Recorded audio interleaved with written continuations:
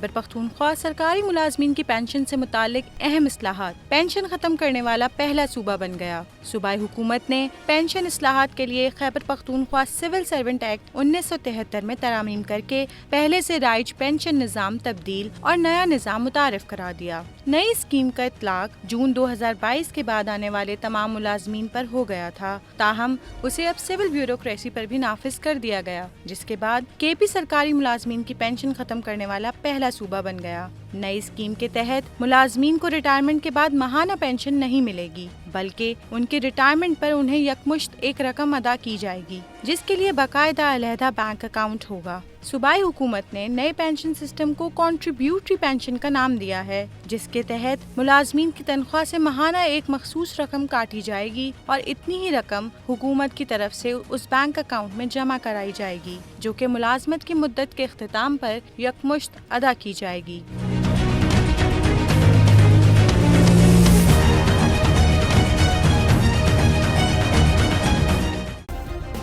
Subscribe کریں اور بیل دبائیں تاکہ کوئی خبر رہ نہ جائے۔